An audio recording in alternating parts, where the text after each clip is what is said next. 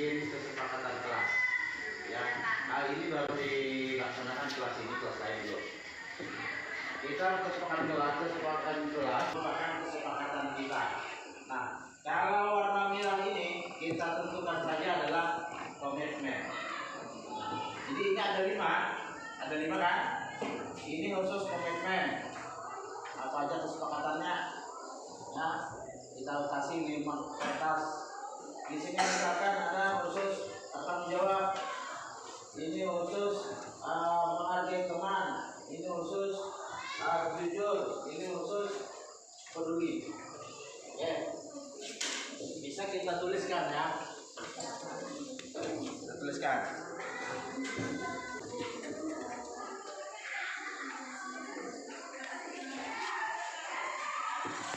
Kemudian saling menghargai.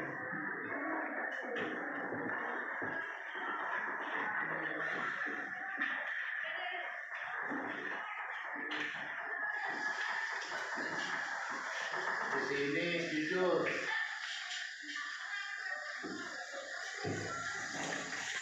Berarti di sini kita peduli.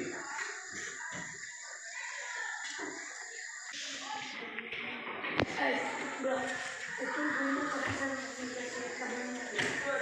ya, tadi kan dipakai sama kamu dong.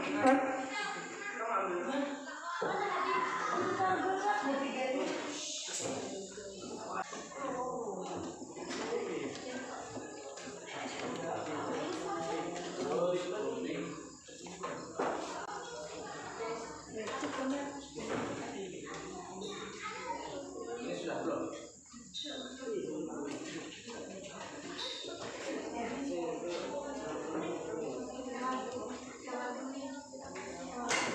Kasihkan di belakang. Itu ditulis masing-masing, ditulis apa saja kesepakatan. Nanti kita sama-sama nempel sesuai dengan apa kesepakatannya. Ya. Nanti nempelnya berurutan saja. Ya, gantian. Silakan bisa dilihat kesepakatannya. Ditulis kesepakatannya apa saja.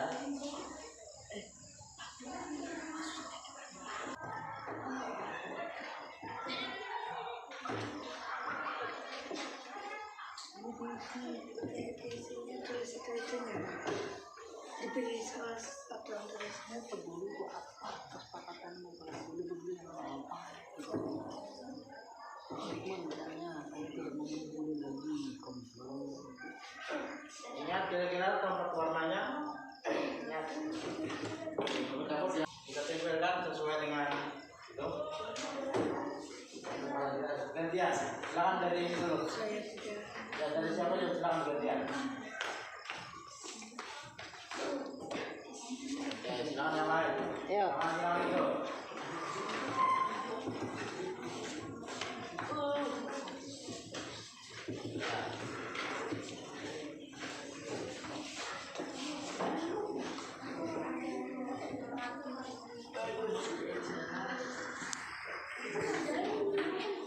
Oke, komitmen silakan.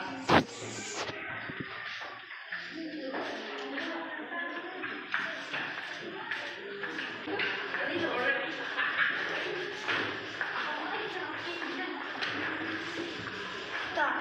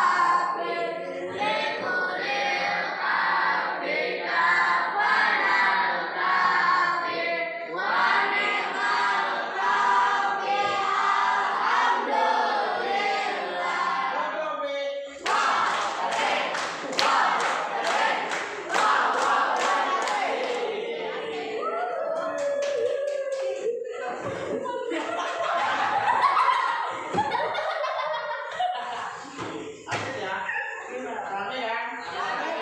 Ada yang ngantuk? Udah ada yang ngantuk? Kenapa apa lagi? Tapi banyak yang lapar, Pak. Mengapa? Kalau mau main, sekarang materinya apa? Menggali informasi tentang singkong.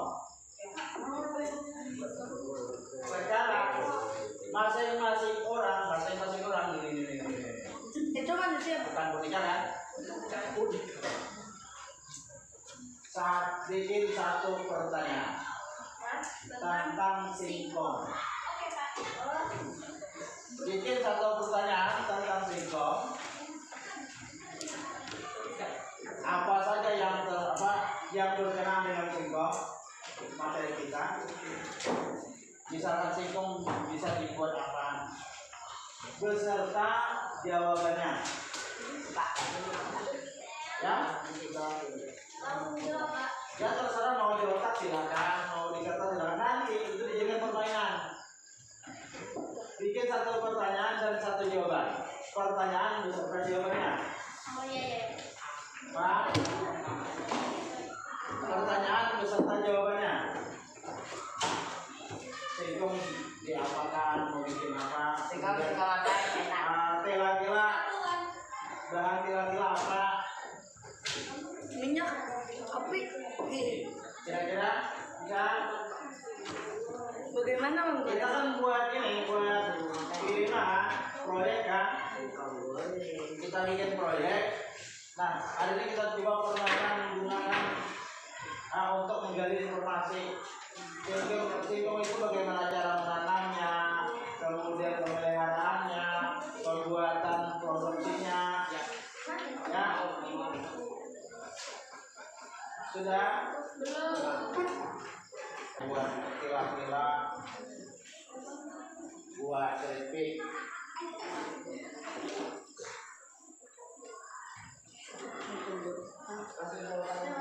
Iya, langsung jawabannya.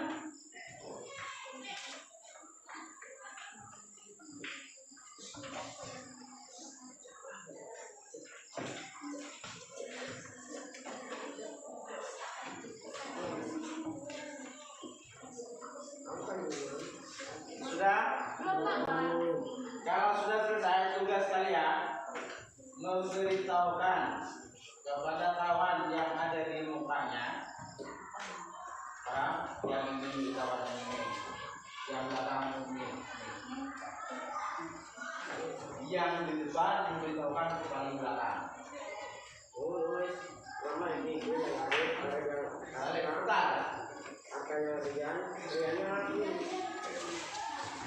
Memberitahukan pertanyaannya apa, jawabannya apa.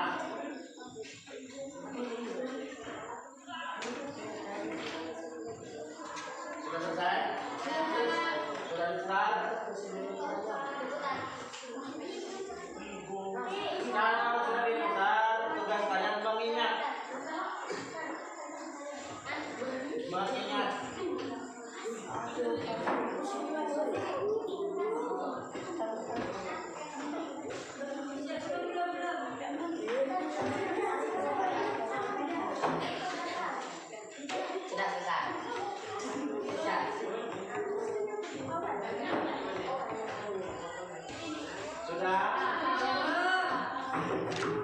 Bagaimana menggoreng singkong? Ambil minyak itu, ambil wajan, masukkan minyaknya sampai mendidih. Lalu masukkan ke besar. Terus masalahnya jelas. Nanti kita menggunakan permainan cowboy. Permainan cowboy nanti berputar. Bapak yang ini Pak. Cowboy kan soalnya Pak. Bapak yang ini Pak. Nanti yang ada di sebelah yang ditembak akan jatuh duduk. Di samping kanan yang kena timbak menyebutkan kesukaan yang ada di samping kirinya. Paham? Oke, nanti kita jelaskan lebih lanjut. Silakan keluar dari ruangan.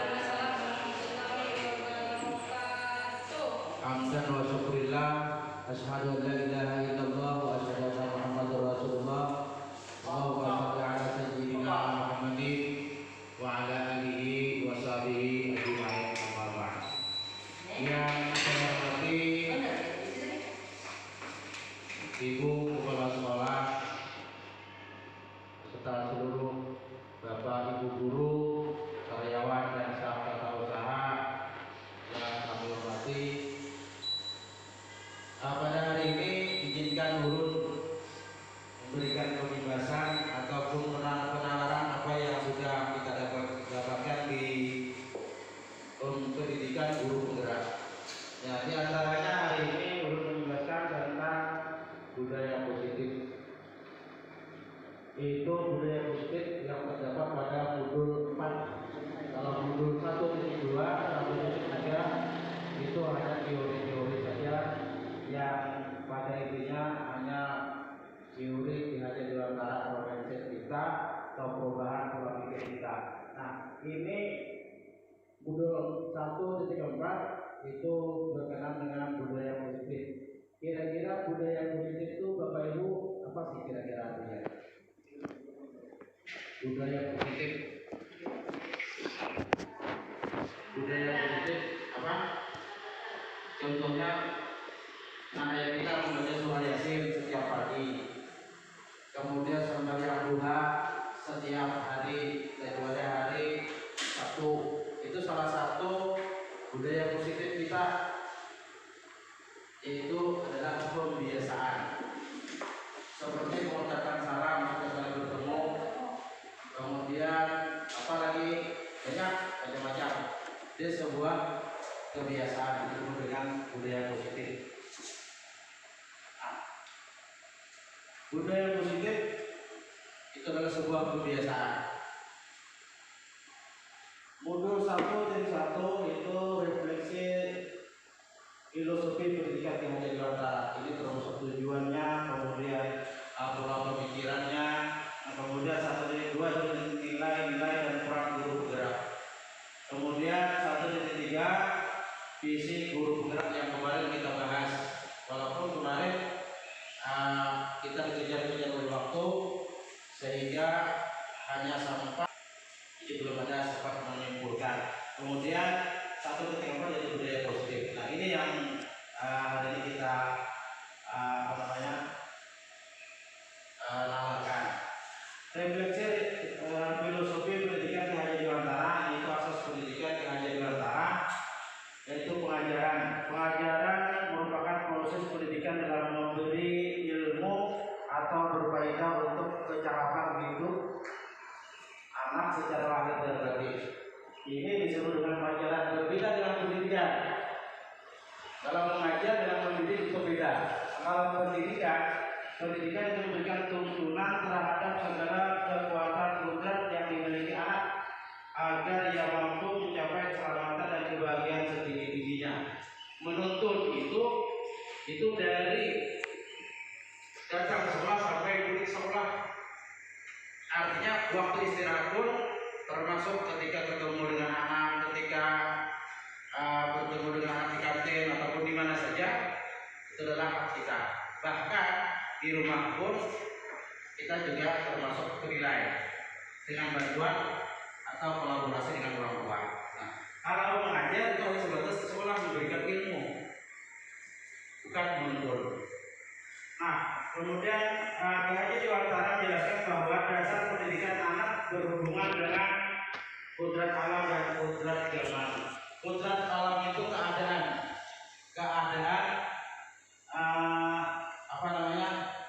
keadaan dirinya, keadaan keluarganya. Kalau kudrat zaman itu sesuai dengan zaman, berbeda dengan zaman kita dulu dengan zaman anak sekarang. Kalau zaman dulu ada HP, kalau sekarang ada. Nah, itu namanya kudrat zaman. Nah, kudrat alam berkaitan dengan sifat dan bentuk lingkungan di mana anak berada. Kambing Getraya jauh berbeda dengan Binton misalnya. Budayanya kan beda. Kalau Binton budaya orang Dayak misalkan. Kalau kita Kambing Getraya kebanyakan orang Teran. Nah, itu disebut dengan kudrat alam. Kalau kudrat zaman itu sesuai dengan visi dan irama, yang sesuai dengan perkembangan zaman. Ya, nilai-nilai guru penggerak yaitu reflektif, mandiri, berpihak pada murid, kolaboratif dan inovatif. Sekarang apa yang berpihak pada murid?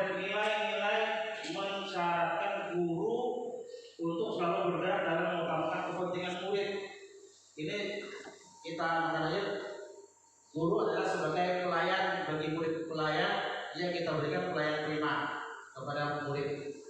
Nah, nilai mandiri secara sederhana menggambarkan semangat guru untuk terus belajar sepanjang hayat.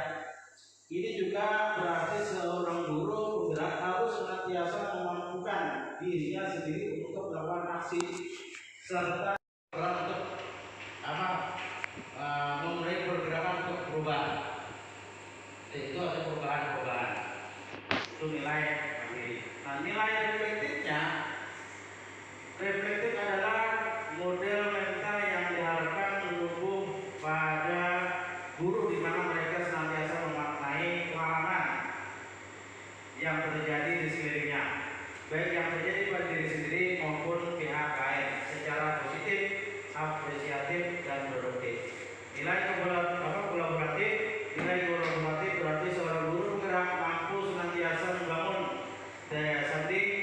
Mereka memperhatikan pentingnya saling ketergantungan yang positif terhadap seluruh pihak, mampu kepentingan yang berada di lingkungan sekolah maupun di luar sekolah. Contohnya, orang tua murid dan komunitas terkait dalam mencapai tujuan pembelajaran. Jadi ada kerjasama antara orang tua dan guru dan seluruh pemangku yang ada di warga sekolah, baik itu kepala sekolah, baik itu tata usaha ataupun dari orang tua murid. Nah, nilai inovatif, makna dari nilai inovatif adalah seorang guru penggerak mampu senantiasa memunculkan gagasan segar dan tepat guna. Dengan demikian, nilai inovatif ini juga mengisyaratkan penguatan semangat kreasi, gotong royong, dan pemberdayaan asik atau kegiatan yang ada di sekolah untuk mewujudkan visi bersama. Nah, ini kemarin yang kita bahas tentang visi dan misi sekolah. Nah, peran guru penggerak yaitu memimpin pembelajaran menjadi cuan untuk guru lain, mendorong kolaborasi, menggerakkan komunitas praktisi, mewujudkan kepemimpinan murid. Jadi ada komunitas praktisi. Nah, justru itu dengan komunitas ini kita kemarin membentuk kepengurusan langgar atau musana, sehingga anak yang membina itu jadi yang jadi pengurus langgar atau musana, dia yang mengelola keuangannya. Nah, ini tujuan kita. Nah, kemudian itu 1 dan 3 itu visi guru penggerak. Menurut debat ini hanya sekedar teori-teori saja. Oke, ini kita lewati saja. Daya positif adalah suatu proses perjalanan pendidikan yang harus kita jalani. Karena ini merupakan tanggung jawab kita sebagai seorang pendidik, sebagai seorang pemimpin pembelajaran. Suatu lingkungan yang aman dan nyaman akan memberikan murid kesempatan dan kebebasan untuk berproses, belajar, membuat kesalahan, belajar lagi sehingga mampu menerima dan menyerap suatu pembelajaran. Nah, ini budaya positif adalah sebuah kebiasaan atau kebiasaan siswa kita di sekolah. Nah, motivasi perilaku manusia. Nah, ini ada 3. Untuk yang pertama itu untuk menghindari ketidaknyamanan atau hukuman. Nah, ini kenapa manusia itu bertindak seperti itu? Jadi ada sebab, ada akibat. Kenapa dia bersikap seperti itu? Itu pasti ada tujuannya. Nah, tujuan itu tercover atau termasuk ada 3. Yang pertama itu untuk menghindari ketidaknyamanan atau hukuman. Seseorang akan berbuat, dia akan menghindari ketidaknyamanan atau menghindari hukum. Nah, kemudian yang kedua untuk mendapatkan imbalan atau menghargai dari orang lain. Nah, dia akan berbuat kalau dia mendapatkan imbalan. Dia akan berbuat kalau dia mendapat upah. Itu diantaranya. Nah, kemudian ada juga dia berbuat seperti apa untuk menjadi orang yang mereka inginkan dan menghargai diri sendiri dengan nilai-nilai yang mereka percayai. Minta dihargai, minta dimengerti, apa dan sebagainya. Itu biasanya seseorang berbuat berperilaku. Nah, kemudian untuk menghindari ketidaknyamanan atau hukuman, ini adalah tingkat terendah dari motivasi perilaku Biasanya orang yang termotivasi perilakunya untuk menghindari hukuman atau ketidaknyamanan akan bertanya apa yang akan terjadi apabila saya tidak melakukannya.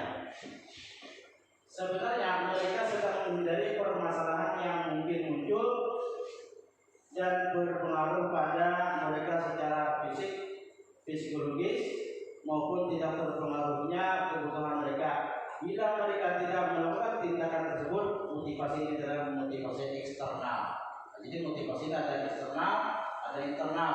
Kalau yang ini termasuk di eksternal. Nah, sekarang ada lagi yang motivasi yang bersifat ini termasuk motivasi yang bersifatnya eksternal.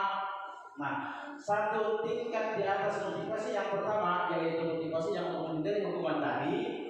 Di sini orang berperilaku untuk mendapatkan imbalan atau penghargaan dari orang lain. Orang dengan motivasi ini akan bertanya apa yang akan saya dapatkan apabila saya melakukannya. Nah, itu jelas pertanyaan. Kalau aku mau melakukan ini, apa kira ada imbalannya? Apa kira keuntungannya? Nah, mereka yang melakukan sebuah tindakan untuk mendapatkan pujian dari orang lain yang menurut mereka sangat penting dan mereka nilai yang mereka percaya ini termasuk bersifat internal bukan eksternal. Kenapa ini berasal dari dirinya sendiri. Nah, orang dengan motivasi ini akan bertanya akan menjadi orang yang seperti apabila saya melakukan. Mereka melakukan sesuatu karena nilai-nilai mereka yang ingin dan hargai. Dan mereka melakukannya karena mereka ingin menjadi orang yang melakukan nilai-nilai yang mereka yakini tersebut. Ini adalah motivasi yang akan membuat seseorang memiliki disiplin positif karena motivasi perilakunya bersifat internal. Ini berasal daripada dirinya sendiri. Nah, tujuan dari disiplin positif adalah menanamkan motivasi yang ketiga pada murid-murid kita, yaitu untuk menjadi orang yang mereka inginkan dan menghargai diri sendiri dengan nilai-nilai yang mereka percayai. Nah, disiplin itu dimulai untuk membuat sebuah keyakinan atau kepercayaan di kelas. Nah, jadi hal yang seperti apa yang mereka inginkan itu akan dibuat kesepakatan kelas.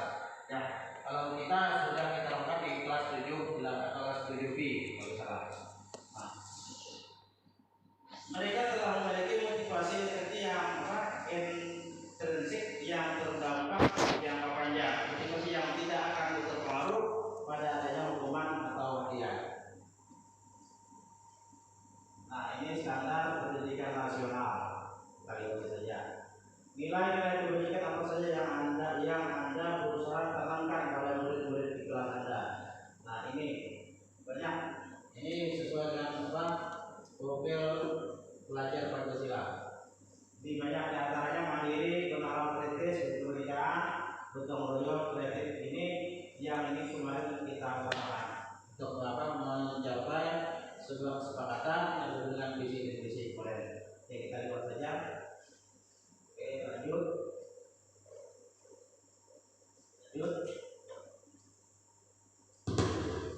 Nah, ini sebuah kesepakatan kelas yang kemarin kita buat di kelas 7B. Kemarin kita buat di kelas 7B sebuah kesepakatan kelas. Oke, kita tunggu dulu kurang lebih 10 menit.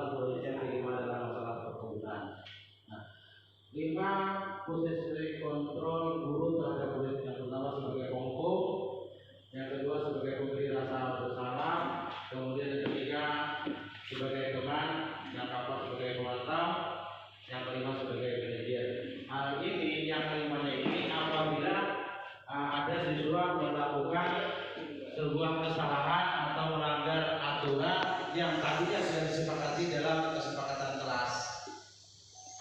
Kesepakatan kelas tadi, kalau ada anak yang melanggar, maka posisi yang salah satu daripada yang 5 ini akan berlaku. Nah, itu sebagai pokok memberi rasa bersalah, sebagai teman, sebagai pemantau, sebagai pendidik. Ini adalah peranan seorang guru. Nah, sebagai pokok seorang penghukum bisa menggunakan hukuman fisik maupun verbal. Orang yang menjalankan posisi penghukum senantiasa mengatakan bahwa sekolah memerlukan sistem atau alat yang dapat melibatkan murid lebih dalam lagi. Ini biasanya kalau ada anak kesalahan, kita beri sanksi hukuman. Nah ini. Kemudian membuat rasa bersalah. Posisi ini biasanya guru akan bersuara lebih lembut. Membuat rasa bersalah akan menggunakan kehilangan yang membuat orang lain merasa tidak nyaman, bersalah dan rendah diri. Kata-kata yang keluar dengan lembut akan seperti ibu sangat kecewa sekali dengan kamu. Ini kan kata-kata yang agak menyentuh perhatian. Nah kemudian kalau posisi kita sebagai teman kepada murid, yaitu guru, posisi ini tidak akan menyakiti murid, namun akan tetap berupaya mengontrol murid melalui persuasi. Posisi teman pada guru biasanya bisa negatif ataupun positif. Positif di sini berupa hubungan baik yang terjalin antara guru dan murid. Guru di posisi teman menggunakan hubungan baik dan umur yang mempengaruhi seseorang. Nah, kemudian sebagai pemantau memberi mengawasi atau berarti mengawasi pada saat kita mengawasi, kita bertanggung jawab atas perilaku orang-orang yang kita awasi. Nah kemudian posisi kita juga sebagai manajer, itu posisi yang berbuat sesuatu bersama dengan murid. Jadi persilakan murid untuk mempertanggungjawabkan perilakunya kalau dia berbuat kesalahan. Oke, lanjut. Nah ini hukuman identitas guru atau sebagai hukuman, kemudian juga disiplin, restitusi. Ini penanganan masalah dengan menggunakan 3 restitusi atau segitiga restitusi. Nah, langkah-langkah restitusi ini ya menggunakan kontrol guru tadi dari 5. Nah, sekarang ini sebagai contoh praktik segitiga restitusi. Ini segitiga restitusi yang sudah juga kita praktikkan lawan anak kita, yaitu dengan siapa orang dalam beda kelas 7A kita selain. Tidak. Alhamdulillah. Sekarang tidak tahu Bapak panggil pada sini. Ya tahu ini melihat tidak jalan-jalan menengok jawaban temannya yang depan,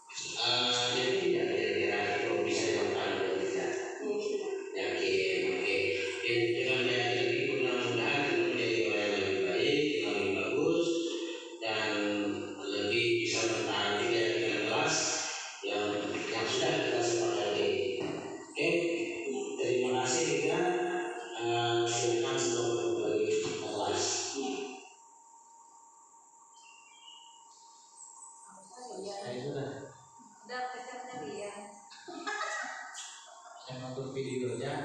Mungkin sampai di sini saja Bapak Ibu. Tidak ada pertanyaan. Waktu sudah jam 2:30 lewat. Demikian yang dapat kami sampaikan dan kami ucapkan ribuan terima kasih kepada Bapak Ibu yang sudah sudi kiranya meluangkan waktu untuk menghadiri atau mengikuti kegiatan ini. Kami banyak minta ampun tentang dalam yang beratan karena mengganggu, dan sekaligus kalau ada hal-hal yang kurang berkenan dari Bapak Ibu sekalian ataupun hal-hal yang kurang tepat pada tempatnya. Demikian.